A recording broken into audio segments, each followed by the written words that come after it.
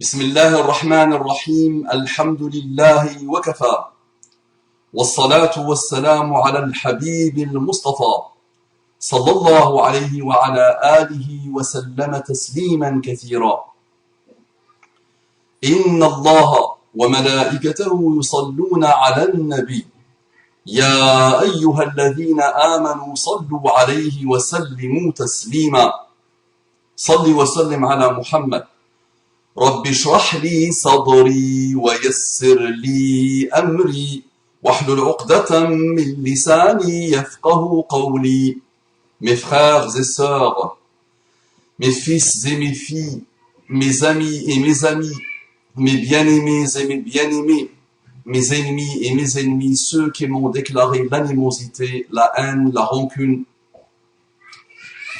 l'injustice et l'iniquité, toutes les mauvaises choses, je leur dis, je vous aime en Allah subhanahu wa ta'ala parce que nous sommes tous musulmans.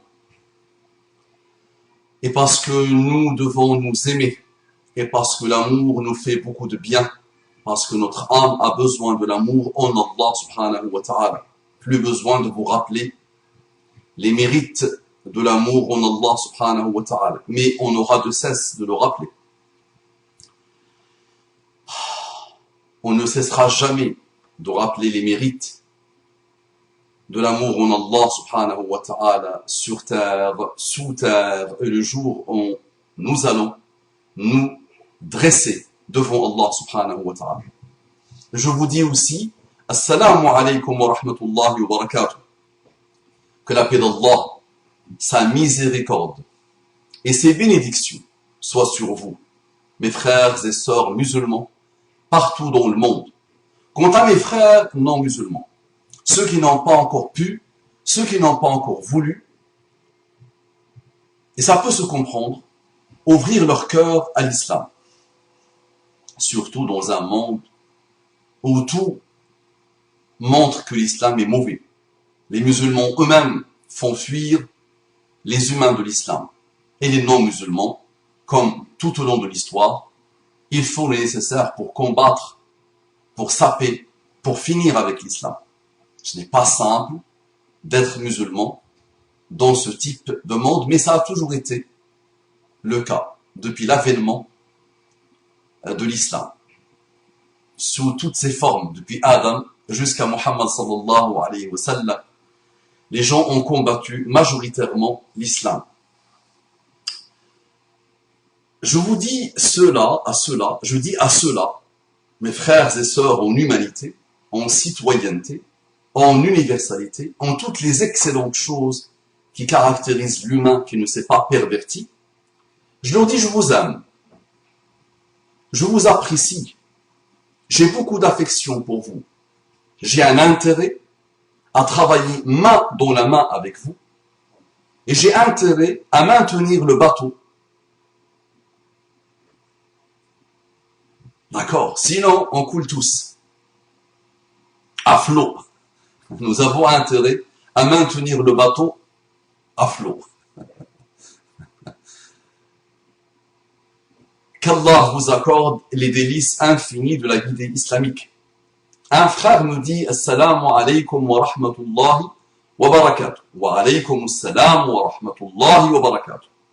Mon frère bien-aimé, mon frère que j'aime en Allah subhanahu wa ta'ala, mon frère pour qui je souffre, par rapport à l'empathie.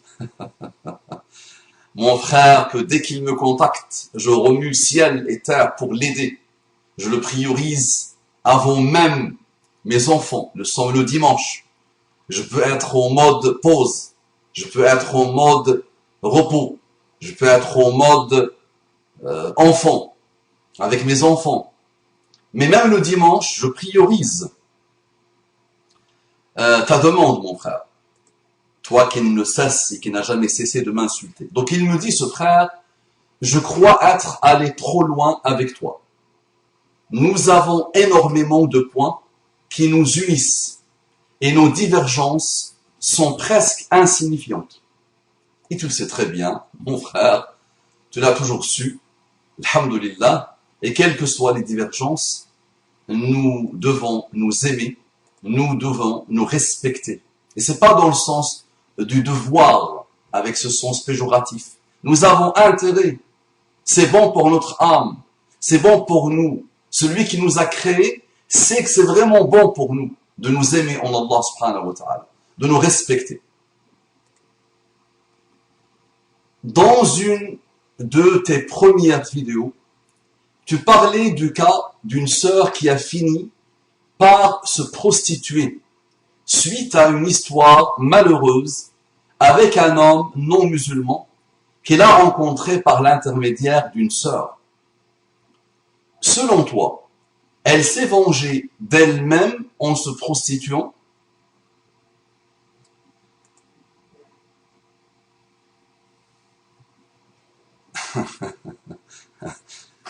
Entrons dans le vif du sujet. On peut expliquer ça par plusieurs explications. Elle ne m'a pas expliqué à moi-même. Elle n'a pas voulu à l'époque échanger avec moi. Si, ça remonte maintenant à des années cette histoire. Et c'était une copine à elle qui avait voulu mon intervention. Mais je pense qu'à l'époque, cette sœur n'a pas voulu échanger avec moi. Donc on peut donner plusieurs explications, et qui peuvent être à côté de la plaque et ça ne t'apportera pas grand-chose. J'espère que Allah subhanahu wa ta'ala a guidé cette fille et qu'Allah lui pardonne et qu'Allah nous pardonne. Et je me venge de moi-même en me prostituant, en prostituant mon intelligence, notamment suite à une relation qui m'a presque détruit. Je passe par des phases où je suis très ingénieux dans le mal et la fitna. Puis des moments où l'ingéniosité dans le bien prend le relais et où je suis très performant, alhamdulillah. Donc moi je te dis mon frère, moi qui t'observe maintenant depuis plusieurs années, tu m'aimes beaucoup, je le sais, tu me l'as souvent exprimé. À chaque fois que tu as un souci, alhamdulillah, tu fais appel à moi pour te conseiller, pour échanger avec toi. Je t'ai pratiqué beaucoup. Et c'est vrai, en une minute, tu peux changer de l'extrême à l'extrême. Donc ce frère, il peut venir nous dire « Jazakallahu kulla khair » par mail, tu as compris parfaitement l'histoire, tu m'as bien expliqué, j'ai vraiment retenu la leçon, ça fait longtemps que tu me conseilles, d'accord? D'une manière très élogieuse, subhanallah, et même pas une minute après, il peut aller m'insulter de tous les noms, en disant que je n'ai rien compris, que je n'ai aucune empathie, que je suis mauvais, que je suis tout ce que vous voulez. Et ça, il le fait avec moi, et il l'a fait avec d'autres. Et c'est vrai qu'on voit, subhanallah, dans tes messages, on observe dans tes messages, dans tes écrits, dans tes évolutions, vraiment de l'extrême à l'extrême. Moi, je vois un état bipolaire. Cherche de ce côté-là. Tu es sûrement atteint d'une maladie psychologique. Tu es malade, mon frère. Je t'avais dit l'autre jour, va te soigner. D'accord? Moi, je vois la bipolarité. Donc, des voyages, des allers-retours entre des moments d'euphorie totale, de positivisme total, de bonheur total, même extrémiste. D'accord? Et des allers-retours, des retours vers le pessimisme, la noirceur, la mauvaiseté, la médiocrité, la méchanceté, la bassesse, subhanallah. Donc ça, pour moi, c'est un état bipolaire. À toi d'aller, s'il te plaît, te pencher sur cette situation, sur ta maladie, et voir qu'est-ce qui se fait actuellement pour essayer d'aider, de guérir le malade. Personnellement, je viens d'un endroit où je ne voyais pas du tout ces maladies autour de moi. C'est vrai. J'ai découvert ce type de malheur en arrivant en France. Et plus les années avancent, plus c'est de pire en pire. Chez des gens riches, des gens cadres supérieurs, écrivaines, stars, starlettes, gens normaux, joueurs de foot. Vraiment, il y a de tout. Cette maladie s'est installée partout, subhanallah. Et on peut le comprendre. Aujourd'hui, la créature a définitivement dit penser qu'elle n'a plus besoin de son créateur. Elle a ravagé son âme, elle a ravagé son corps, et c'est vrai que ces maladies de l'âme s'installent partout, subhanallah. D'accord? Donc, d'après ce que j'ai entendu, on ne guérit pas de la bipolarité. On peut essayer d'atténuer les symptômes, les dégâts de ce mal. D'accord? Mais rien n'est impossible chez Allah subhanahu wa ta'ala. Rien n'est impossible. Comment savoir ce qui se fait? Il y a un médicament, il y a un traitement. J'aime toujours mettre en garde contre l'utilisation abusive des médicaments, surtout quand il s'agit de maladies psychologiques comme les états maniaco-dépressifs, la dépression, la bipolarité. Ça, chacun peut expliquer l'autre, chacun est une partie de l'autre, subhanallah. Les névroses, les psychoses, voilà, donc il y a tellement de malheurs, tellement de blessures au niveau de l'âme, mais je dis aux gens, s'il vous plaît, ne devenez pas des aubergines, ne devenez pas des légumes. À vous de bien étudier la chose, de bien vérifier la chose, de demander l'avis de plusieurs médecins, d'essayer de comprendre un peu les effets indésirables, la dépendance, l'addiction. Comme vous savez, il y a des médecins qui sont devenus addicts aux antidépresseurs. Il y a eu des pharmaciens qui sont addicts aux antidépresseurs. Votre pays, c'est le plus grand consommateur d'antidépresseurs dans le monde, subhanallah. D'accord? Vous avez vu l'histoire de ce médecin qui a oublié ou qui n'a pas pris son médicament, qui a fini par tuer son épouse, ses enfants, et qui s'est tué lui-même. On a plusieurs cas malheureusement. Donc le médicament, s'il vous plaît, étudiez d'abord, approfondissez d'abord, essayez de voir les types de traitements qui existent. En homéopathie, en médecine traditionnelle, en médecine prophétique, en médecine chinoise. Allez, s'il vous plaît, nous sommes dans un monde, alhamdoulilah, on peut avoir l'information, on peut étudier, on peut approfondir les sujets. Tout ça pour ne pas tomber dans la dépendance, pour ne pas devenir un légume, s'il vous plaît. Mais si un médecin ou si plusieurs médecins confirment que tu es bipolaire, il y a un médecin qui ne va pas te coûter grand-chose au niveau de ta santé et qui atténue apparemment les symptômes de cette maladie. Maintenant, moi je te dis, je ne suis pas médecin, sachant que je suis une psychologue, futur psychiatre, je pense même.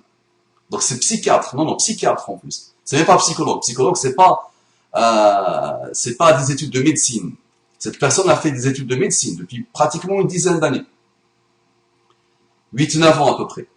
Et je la suis depuis sa première année de médecine, subhanallah.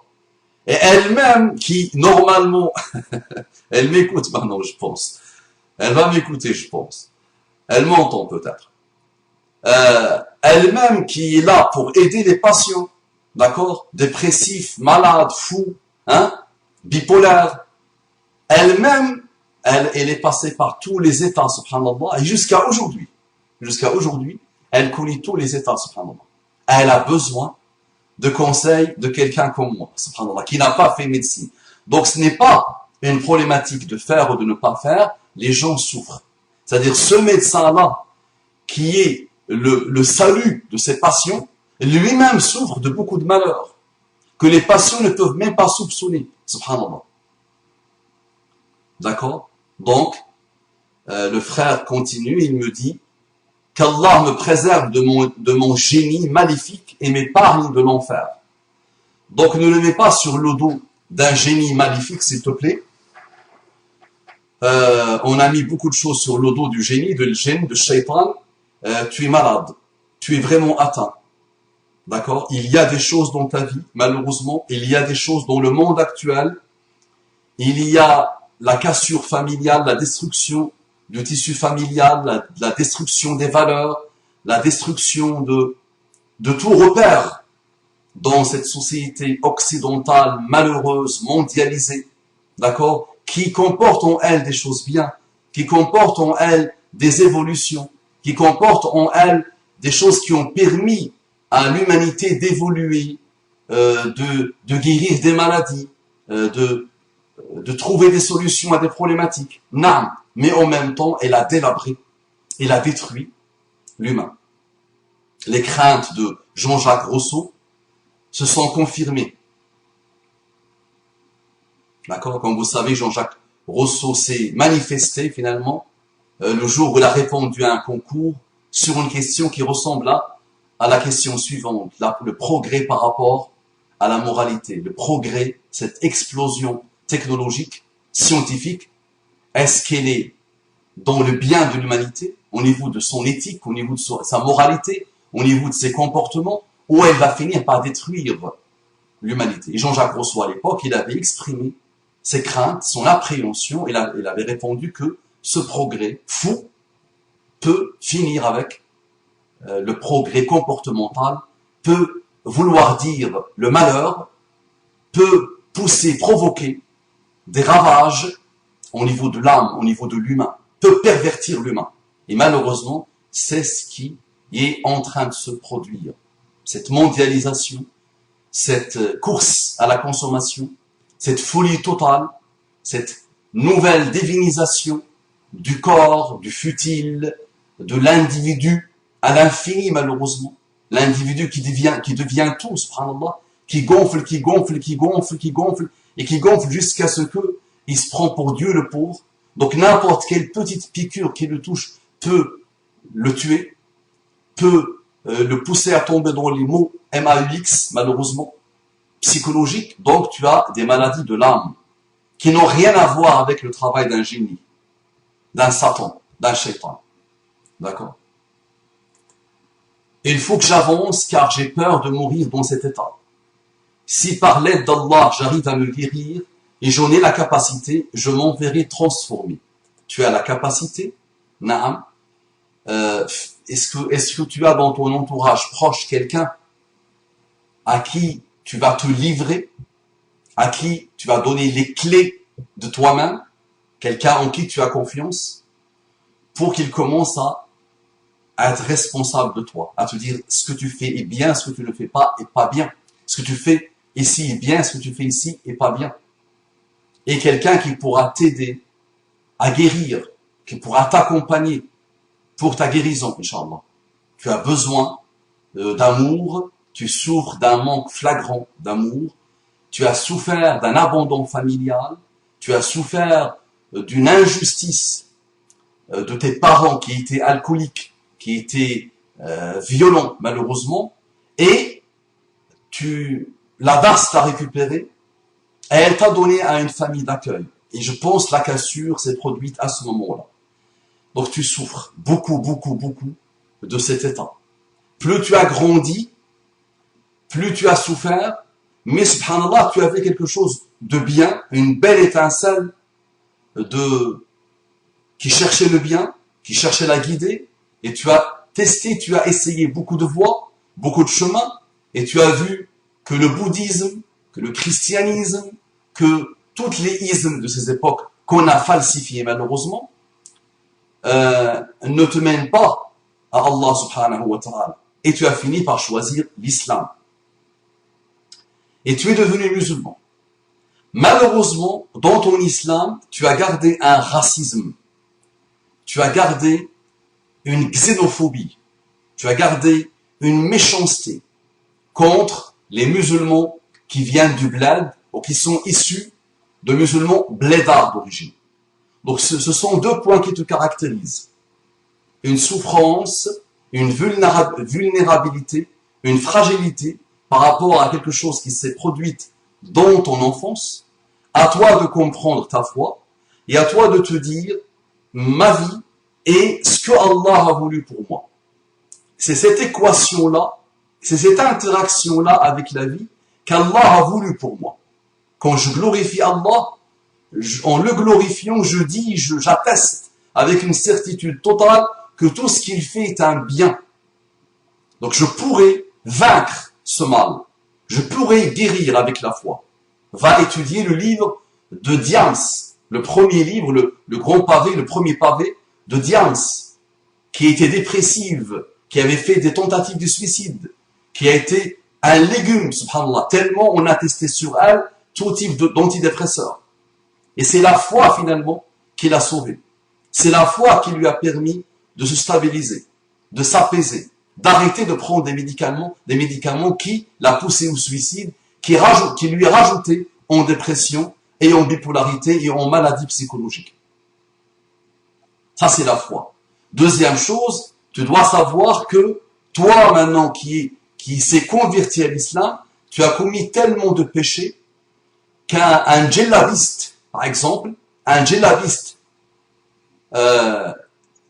envers qui tu étais très raciste, n'a pas commis. Un djellabiste qui a hérité l'islam n'a pas fait les péchés que tu as fait. Il y en a, ça existe. Donc ce n'est pas une histoire de converti meilleur qu'un djellabiste ou un djellabiste meilleur qu'un converti. C'est taqwa. Inna akramakum indallahi atqakum. Tu le sais ça. Les plus proches d'Allah sont les plus pieux. Et ça, c'est Allah seul qui le sait. Donc regarde-toi par rapport au péché. Et arrête d'attaquer les serviteurs d'Allah subhanahu wa ta'ala, quels qu'ils soient. Tout le monde est pécheur. N'importe quel être humain, quel qu'il soit, quel que soit son parcours, quelles que soient ses origines, il peut pécher. Il peut commettre des fautes. Et c'est pas le problème. Le problème, c'est est-ce qu'il est capable de se repentir? Est-ce qu'il est capable de se remettre en cause ou pas? Ça, c'est le deuxième point. Le troisième point, c'est vrai, depuis que je te connais, tu as été éprouvé, amoureux, sataniquement, d'une femme. Et tu n'arrives pas du tout à te débarrasser de cet amour. Et il te fait souffrir. Cette femme que tu as aimée, l'amour que tu aurais voulu donner à ta maman, cette femme que tu as admirée, l'admiration que tu voulais vouer à ta maman, cette femme à qui tu voulais donner ta tendresse, t'a malmené, elle et sa famille, et ses entourages, depuis des années et des années et des années. Et à chaque fois, tu tombes plus bas que terre. Et donc, les trois choses, et d'autres malheureusement, font que ton âme a été ravagée. Wala hawla wala quwwata illa billah. L'heure y arrivée pour que tu commences à entamer ta guérison. Et qui ne dépendra que de toi. Personne ne peut t'aider si tu ne veux pas t'aider toi-même. Je ne le répéterai jamais assez. Donc il nous dit, continue dans l'excellence, Inch'Allah, je t'aiderai par des doigts et je te prie de croire en ma sincérité. Je sais que tu es sincère, je sais que tu m'aimes mon Allah, tu sais que je t'aime mon Allah, tu sais que je souffre pour toi et je sais que tu me veux que du bien. Récemment, tu as commis une faute gravissime que je ne peux pas t'expliquer par écrit, que je ne peux même pas t'expliquer parce que je sais qu'à n'importe quel moment tu pourras retomber malheureusement. Donc s'il te plaît, quand tu retombes, ne te venge pas de moi. Ne te venge pas de moi. Si tu veux comprendre, ne te venge pas du rappel. Tu as failli détruire le rappel. D'accord? Tu as failli détruire des milliers et des milliers et des milliers d'heures de rappel. Suite à un état euphorique, dépressif, maniaco-dépressif, bipolaire. D'accord? Donc quand tu as tes états, calme-toi. Ferme l'ordinateur. Et je te conseille même d'éteindre l'ordinateur. D'aller respirer de l'air. D'aller rencontrer des gens. D'aller à la mosquée. Tu veux guérir, va à la mosquée. À chaque fois que tu peux. Salat al-Fajr en ce moment, c'est 4h15, 4h15 dans ma région. À toi de voir dans ta région, elle est à quelle heure, et va à la mosquée. Va prier à la mosquée, s'il te plaît. Tu vois, le travail, le CDI ne t'a pas aidé. Tu as eu un très bon diplôme. Ça ne t'a pas aidé à guérir, à avancer, à te remettre en cause, à changer, à évoluer. D'accord? Donc, qu'Allah te guérisse, qu'Allah te facilite, et je reste, comme toujours, à ton entière disposition quand tu as besoin de moi. Mais là, tu dois aller voir des médecins en prenant en compte mes conseils et d'autres. Salam alaikum wa rahmatullahi wa barakatuh.